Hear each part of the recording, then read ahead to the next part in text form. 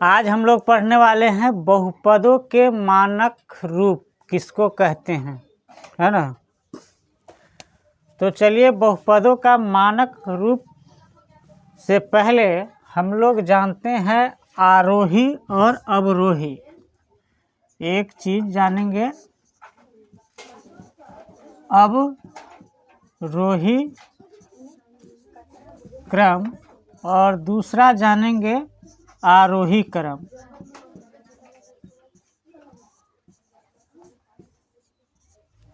अवरोही क्रम किसको कहते हैं? घटते हुए क्रम को हम लोग क्या कहते हैं? अवरोही क्रम। सबसे पहले कोई बड़ा चीज लिखेंगे, फिर उसके बाद उससे छोटा, फिर उसके बाद उससे छोटा लिखेंगे, उसको हम लोग कहते हैं अवरोही क्रम। और आरोही क्रम किसको कहते हैं? तो बढ़ते हुए क्रम को सबसे पहले कोई छोटा चीज लिखेंगे, फिर उससे बड़ा लिखेंगे, फिर उससे बड़ा लिखेंगे, उसे हम लोग कहते हैं आरोही क्रम। मतलब बढ़ते हुए क्रम को आरोही क्रम कहते हैं। बढ़ते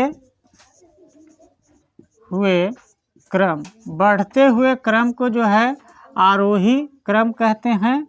और घटते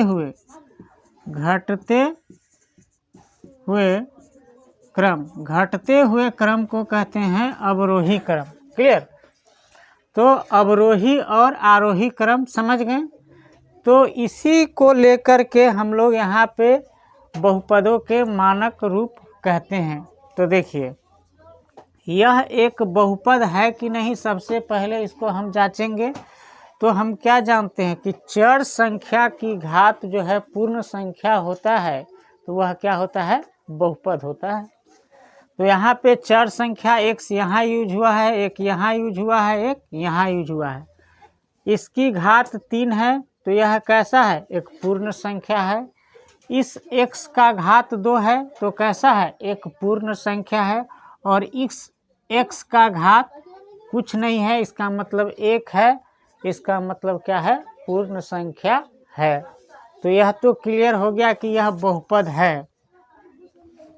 अब देखिए बहुपद के घात जो है यहाँ पे 3 है, फिर क्या है? 2 है, फिर 1 है, फिर 0 है। कहने का मतलब सबसे बड़ी घात पहले दिया है, इसके बाद उससे छोटी घात, फिर उससे छोटी घात, इस तरह से जो है घटते हुए क्रम में दिया है।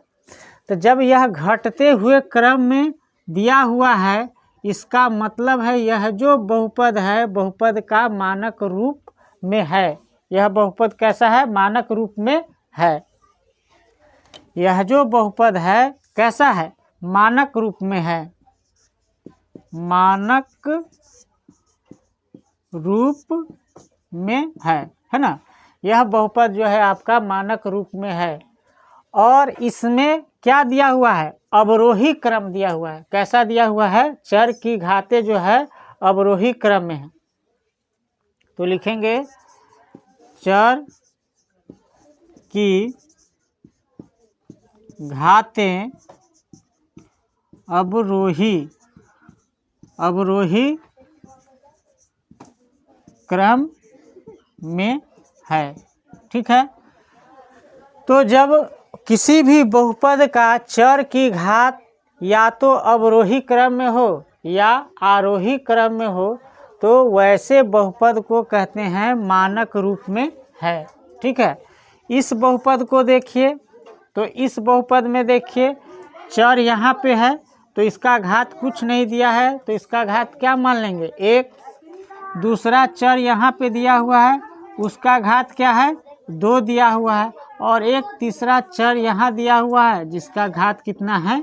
3 दिया हुआ है। तो यहाँ पे जो है पहले 1, फिर 2, फिर 3 दिया हुआ है। ये कैसा है? इसमें चर की जो घातें हैं, चर की घातें आपका आरोही क्रम में है। चर की घातें आरोही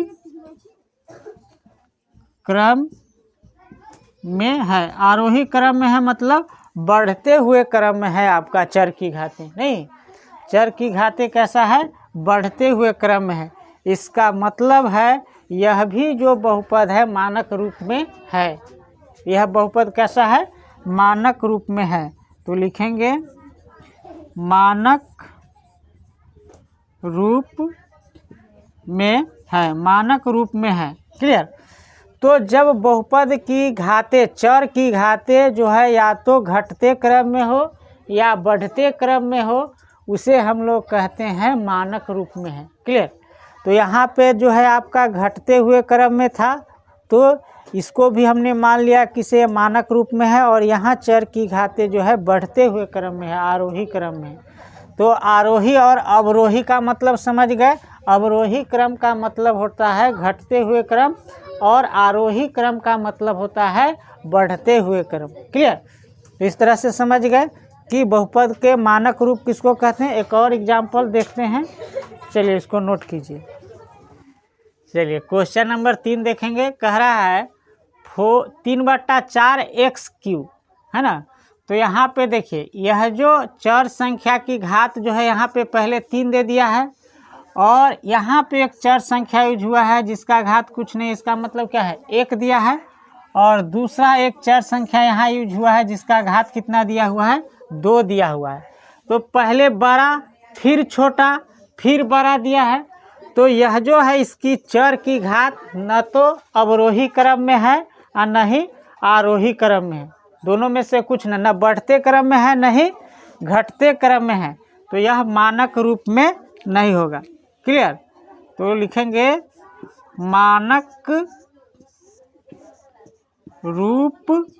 मानक रूप में नहीं है, मानक रूप में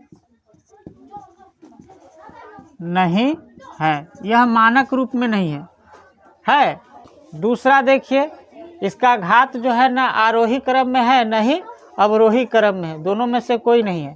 तो यह भी लिखना चाहे तो लिख देंगे, चर की घातें न तो अवरोही क्रम में है और न ही आरोही,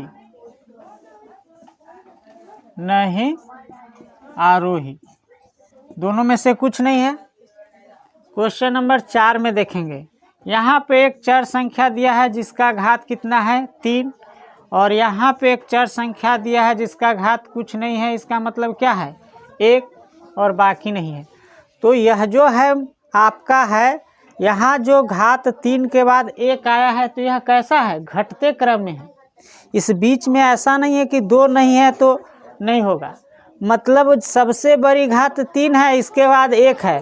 तो 1 से कोई दूसरा बड़ी घात होता तब ना हम कहते कि मानक रूप में नहीं है। लेकिन यहाँ तो हम देख रहे हैं कि 3 के बाद क्या है 1 है, तो यह बड़ा घात है, इसके बाद छोटा घात है, उससे छोटा घात होगा तो होता। तो यह इसको जो है कहेंगे मानक रूप में है। अगर 1 से पहले या 1 के बाद अगर घात 2 दिया रहता तब तो नहीं होता है ना। तो लिखेंगे मानक रूप में है, मानक रूप में है, यह जो है मानक रूप में है। क्वेश्चन नंबर 5 में देखेंगे। यहाँ जो x दिया हुआ है चर संख्या जिसकी घात 2 है, और यहाँ जो चर संख्या दिया हुआ है जिसकी घात 1 है। तो 2 के बाद 1 और आगे कुछ नहीं दिया हुआ है, तो यह कैसा है, घटते क्रम में है। इसका जो है चर संख्या की घात जो है आपका घटते क्रम में है, इसीलिए यह जो होगा मानक रूप में है। लिखेंगे मानक रूप में है, यह जो है आपका मानक रूप में है। क्लियर? तो इस तरह से हम बहुपद को अगर हमें पहचानने के लिए कहा जाएगा कि मानक रूप में है कि नहीं, तो कैसे पता चलेगा कि उस बहुपद को सबसे पहले चेक करेंगे कि उस बहुपद का जो चर संख्या की जो घातें हैं वह पूर्ण संख्या है या नहीं। अगर पूर्ण संख्या होगा सभी चर संख्या की घात, तो वह क्या होगा, आपका बहुपद कहलाएगा। इसके बाद यह भी चेक करेंगे कि जो चर संख्या की घातें जो है अवरोही क्रम में है या आरोही क्रम में है। अवरोही का मतलब होता है घटते क्रम में है, आरोही का मतलब होता है बढ़ते क्रम में है। तो घटते क्रम या बढ़ते क्रम दोनों में से कुछ भी होगा तो वह जो है मानक रूप में बहुपद होगा। अगर ऐसा नहीं होगा तो गलत होगा। तो आपको जब भी बहुपद आप लिखते हैं तो या तो आप घटते क्रम में लिखिए या बढ़ते क्रम में लिखिए, लेकिन ज़्यादातर प्रचलित जो होता है घटते क्रम। अभी जो हम लोग ज़्यादातर यहाँ पे प्रचलित क्या है कि बहुपद को जो हम उसकी घात के आधार पे घटते हुए क्रम में लिखते हैं। सबसे पहले बड़ी घात का घात लिखते हैं, चर संख्या की घात, इसके बाद चर संख्या की उससे छोटी घात लिखते हैं।